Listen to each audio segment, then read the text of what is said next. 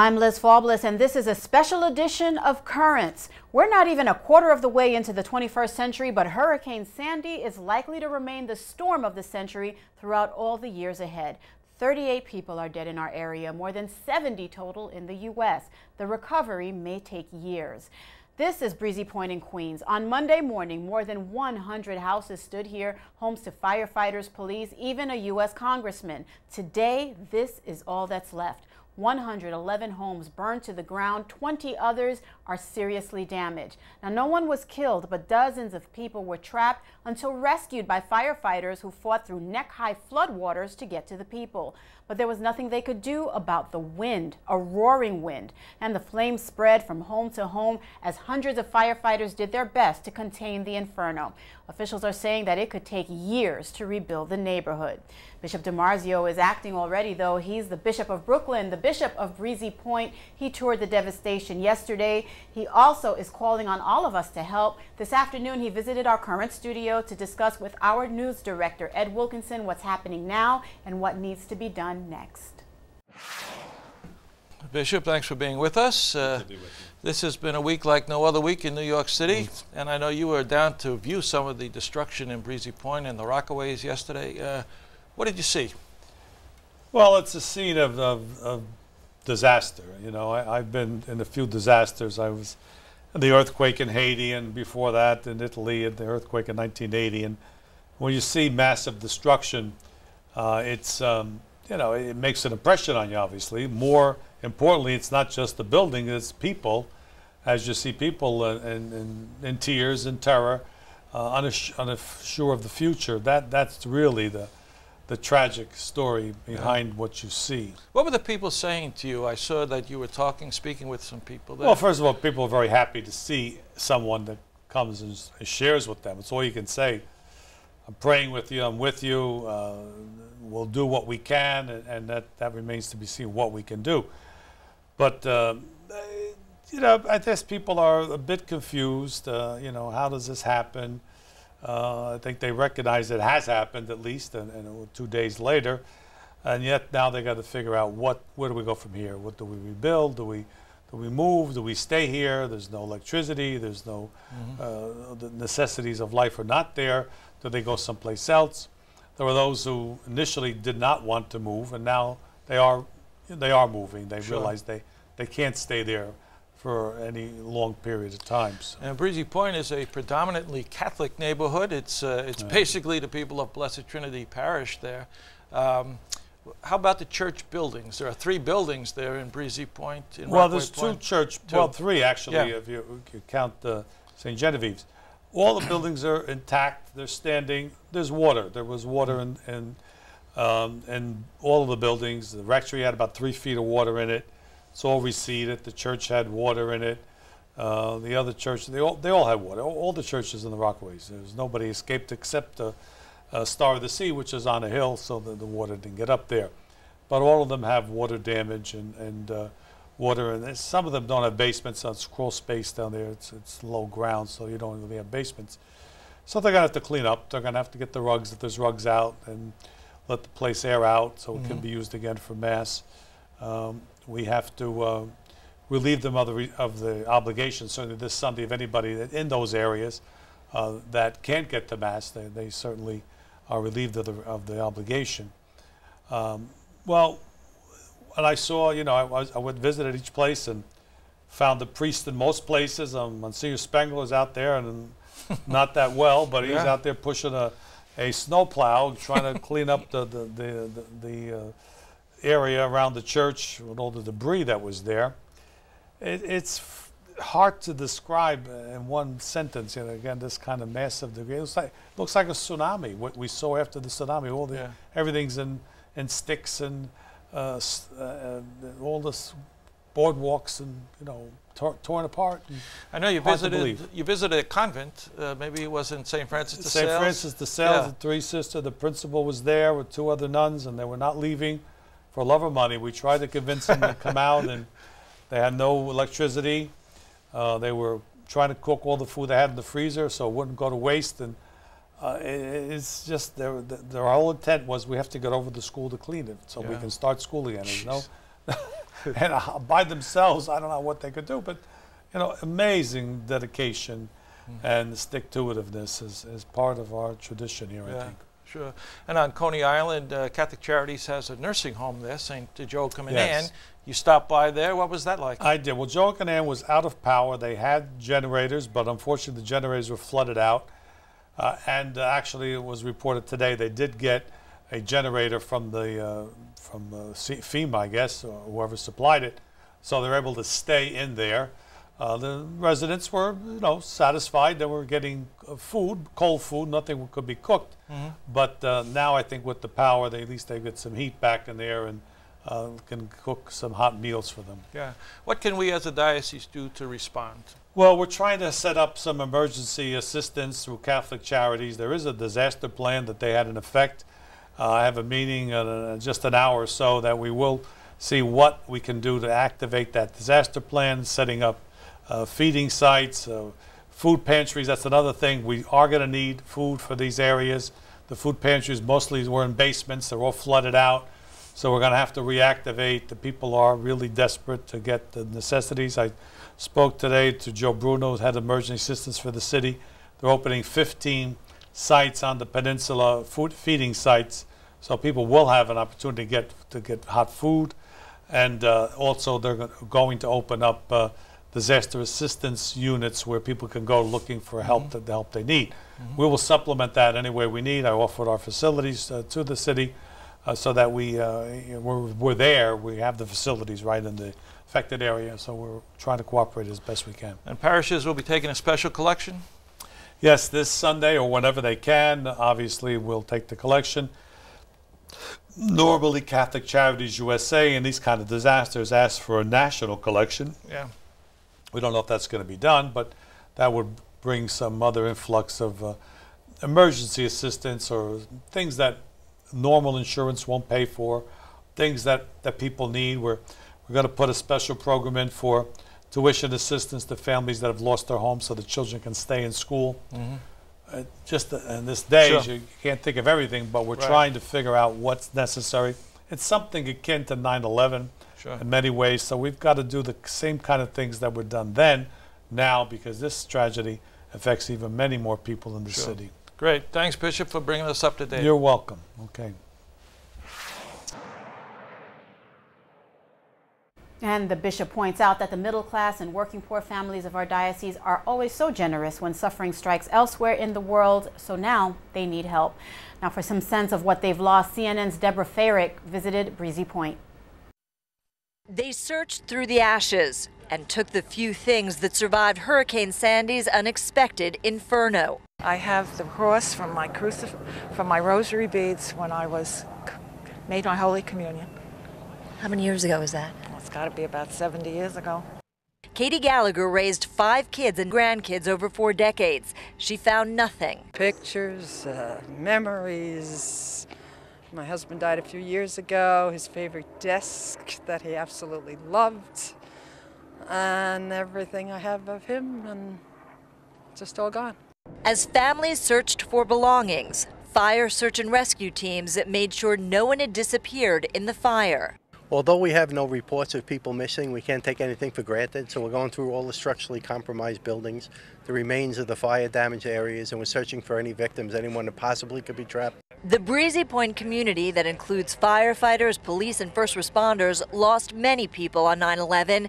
As they did then, they came together now. This is his only house. This is his thing. And we're all so close here. So one loss is a loss for everyone. Absolutely. New York's governor made a brief appearance to see the devastation up close. To see the families coming in and coming out, and how you can have your life overturned in 24 hours. And they were in their home, they had their belongings, and now their lives are gone, their lives are shattered, they're looking for places to stay, and coming back to literally pick up the pieces of their lives. Pieces which neighbors and friends will use to rebuild.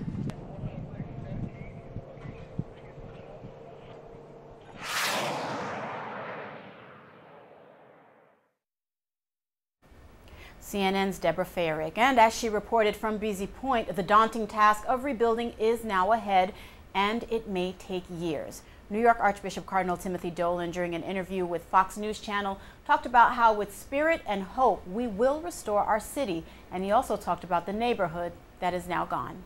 I love Breezy Point. The pastor out there, Monsignor Curran, is a very close friend. I'm worried because I can't get in touch with him. The last time I talked to him, he said, I'm staying out here with my people. We know the devastation there, and I just trust he's well. But, Martha, what do you say? Our hearts are broken when you see the loss of life, the grieving families, the devastation, the ruination, people without their cherished possessions in their homes. But throughout all of it, too, you begin to see a glimmer of light and hope. People coming together. There's two things that can happen in a tragedy. Either we can become selfish, we can become violent, we can be every person for himself, or we can pitch in solidarity and community to help one another, to rescue one another. Thanks be to God, that's what's happening throughout Connecticut, throughout New Jersey, and here within our beloved New York. Once again, the best, the most noble sentiments of people are coming out as people are heroic and generous in serving those in need. So even in the midst of our tears, there's a smile on our faces. We thank God that that beautiful, good, noble side of people seem to be dominating. You know, Cardinal, when you look at some of this, and I know when you get a firsthand look at it, it's going to be shocking to you as well. And you're not from New York, but no. We all have embraced having you here, and we think of you as a New Yorker now. What about that spirit of this community in New York and New Jersey and the surrounding states and Connecticut, Long Island, have you learned about the people here as you have worked? It's phenomenal, Martha. You know, I learned about it from a distance, as the rest of the country and indeed the world did after 9/11. I heard about it as from a distance. Now I see it firsthand, and I'm not surprised. Any other time in the almost 4 years that I've had the honor to be Archbishop of New York, the tragedy has happened.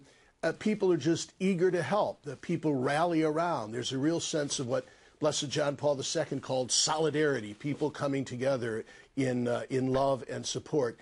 We've got it here in New York. That's our trump card. Now, Monsignor Michael Curran, whom the Cardinal mentioned, is well, hard at work helping the people of Breezy Point. And I want to remind you, Bishop DiMarzio is calling upon all of us to help. The Brooklyn Diocese will take up a second collection at Mass this Sunday to aid all those in distress because of the storm of the century. Please be as generous as possible. And don't go anywhere. There's more Currents ahead.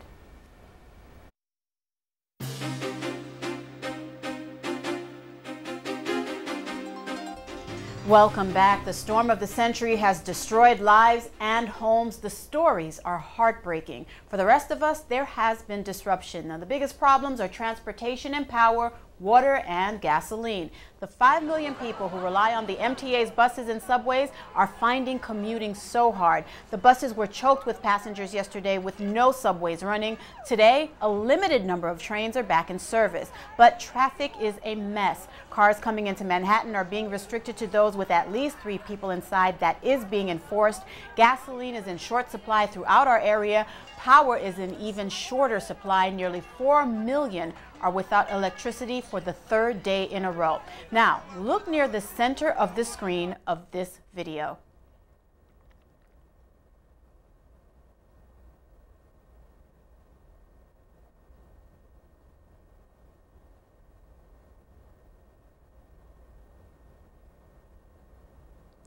What you saw was a massive explosion at the Con Ed power plant located in Lower Manhattan. Now, much of the blackout in our city can be traced to the damage there. Meanwhile, most of Long Island remains dark. 90% of the people living there are without power. Another 1 million plus are in the dark in New Jersey and Connecticut. Estimates for the resumption of normal service for both transportation and power range up to a week or more. Perhaps hardest hit is New Jersey. Sandy came ashore there. Now Governor Christie is warning residents about water. He's restricting usage and says water should be boiled in several parts of that state. President Obama was in New Jersey touring the state with the governor. He was impressed with the residents he met. When you see folks like that respond with strength and resilience, when you see neighbors helping neighbors, then you're reminded about what America's all about. You know, we go through tough times, but we bounce back. And the reason we bounce back is because we look out for one another and we don't leave anybody behind. And so my commitment to the people on this block, the people of this community, and the people of this state is that that same spirit will carry over all the way through until our work is done. All right? Thank you very much, everybody. And FEMA, the federal agency, is providing financial support to the victims of the storm. Individuals in our area can register to receive the help by calling 1-800-621-FEMA or logging on to disasterassistance.gov. The number again, 1-800-621-FEMA, the website, disasterassistance.gov. Governor Romney is calling upon the generosity of all Americans to help us hear. He spoke in Florida. We come with full hearts today, excited about the prospects ahead. We also have heavy hearts given the number of people who are in a time of great difficulty given the hurricane that has struck the middle Atlantic states of our country. Our thoughts and prayers go to them, and if you have the capacity to send $1 or $2 or a lot more to people there, you can send that through the Red Cross or Salvation Army or any other group, but I want you to know that that's one of the great characteristics of our people. We come together in times of trial, and this is one of those times for millions of people in our country. So do your very best in your prayers and your thoughts and with your funds if you can. And while the governor and president are leaders of our land, Pope Benedict is the leader of our faith, and he is praying for us.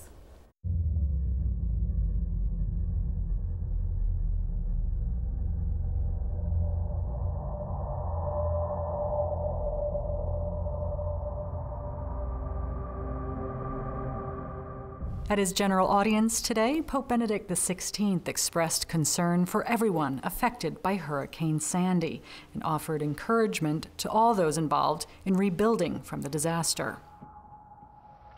Conscious of the devastation caused by the hurricane, which recently struck the east coast of the United States of America, I offer my prayers for the victims to express my solidarity with all those engaged in the work of rebuilding. Nearly 1,000 miles wide, Sandy's strong gales reached to the Great Lakes. It caused at least 55 deaths in 7 states and left more than 8.5 million homes and businesses without power from the Carolinas to Ohio.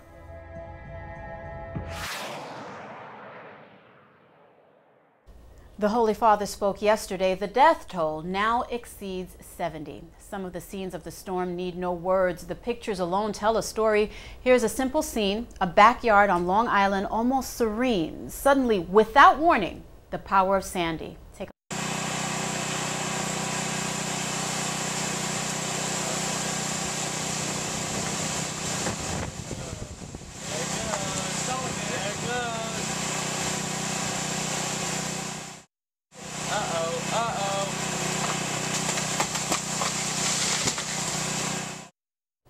Absolutely incredible. Currents will continue after the break. Welcome back to this special edition of Currents. The storm of the century has impacted millions of lives. It is also affecting the presidential election, which is just days away. CNN's Joe Johns reports. The states hardest hit by Superstorm Sandy, New York and New Jersey, are the most likely to face the biggest difficulties on Election Day, though the governor of the Garden State has already made it clear it's not exactly his highest priority right now. I'm much more concerned about preventing any other loss of life, getting people to safe places, and then we'll worry about the election. The election will take care of itself. But in the fierce battle for president, New York and New Jersey are both safely in the Obama column almost regardless of turnout. The two campaigns are focused on the 5 so-called battleground states affected by the storm: New Hampshire, Virginia, North Carolina, Ohio, and even Pennsylvania, where polls have the president ahead. But there is now reason to wonder whether effects of the storm could put it back in play. One question, whether voting on Election Day might be affected in and around Philadelphia, a Democratic stronghold. The Pennsylvania Office of the Secretary of State has advised polling stations to keep paper ballots available at the polls for 20 to 25% of expected voters in order to alternate with electronic voting machines. In Virginia, there is early in-person absentee voting. They had a few problems at their voting centers earlier this week, especially in Northern Virginia. Well, of course, Monday we had no voting at all, and Tuesday we didn't get started till 10 in the morning. But So we lag behind the 2008 turnout at this point, but we're reasonably sure that's going to be made up late this week and this weekend. Virginia officials don't expect any problems on Election Day. In North Carolina, snow in the mountains and flooding on the coast caused elections officials to postpone some early voting. They said turnout was ahead of 2008 until Monday, but is almost back up to speed now. There's no in-person early voting in New Hampshire, and the Deputy Secretary of State predicts every polling place will have power well in advance of Election Day.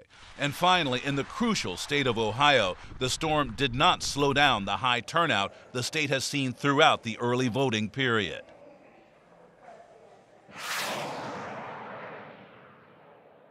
Joe Johns of CNN. Bishop DiMarzio is reminding Catholics of their obligations on Election Day. In his weekly column in The Tablet, he writes that it is inconceivable to him that Catholics could support politicians who advocate abortion. In doing so, he adds, they place themselves in moral danger. Church leaders have been describing many of the crucial issues that will be considered in this election. One topic, however, may not be receiving sufficient attention from the candidates. I would not give driver's licenses to those that have come here illegally, as the president would. The kids of those that came here illegally, those kids, I think, should have a pathway to become a permanent resident of the United States.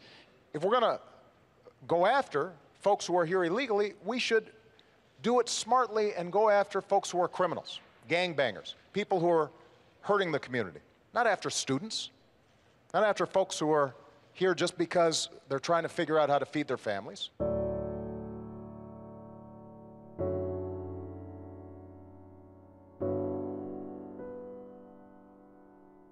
I think one of the issues that we aren't focusing enough on is the issue of immigration, and insisting that our fellow Catholics understand the dignity of immigrants, even those who are present in our country without papers, and the importance of treating them justly and doing all we can to make sure that families are not separated because of some extraordinary commitment to an external law that would do damage to family life. I think it's important for Catholic politicians to show leadership and statesmanship on these issues.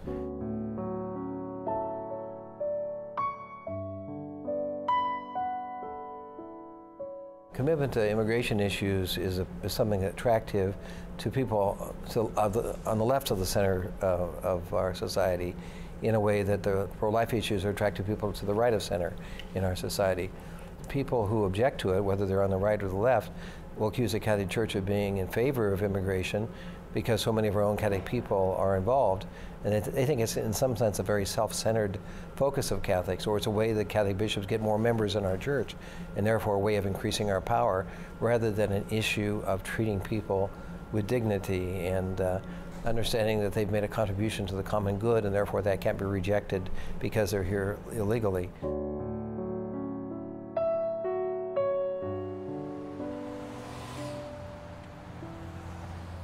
Yo creo que es importante que en estos momentos se busque la manera de integrar a los inmigrantes nuevos a la sociedad de los Estados Unidos, para que todos sigamos enriqueciéndonos y podamos apoyar los valores básicos de la sociedad de los Estados Unidos, como es la fe, la familia, la amistad, la comunidad, ideales que son parte de la creación de los Estados Unidos y que los nuevos inmigrantes vuelven a traer y a renovar en nuestro país.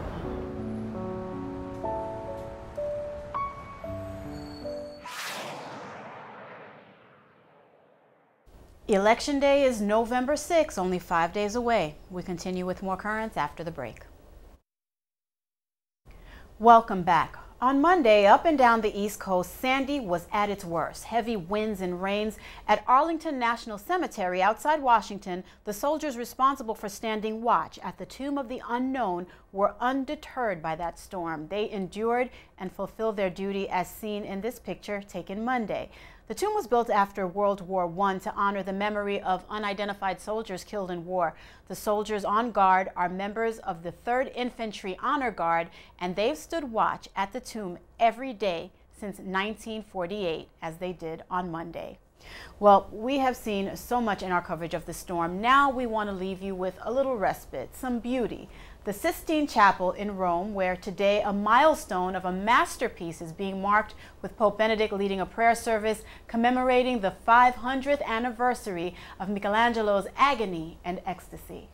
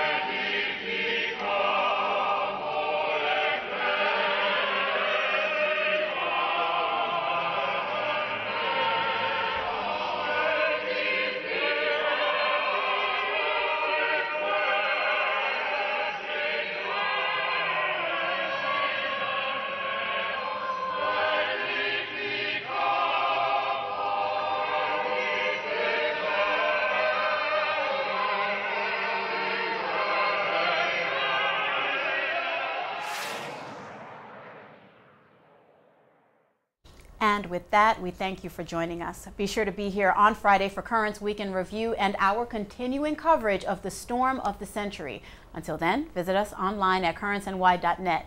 Tonight, we leave you with more scenes of Bishop DiMarzio and Breezy Point. For all of us here at Currents, I'm Liz Faublas. Thank you for watching and have a good night.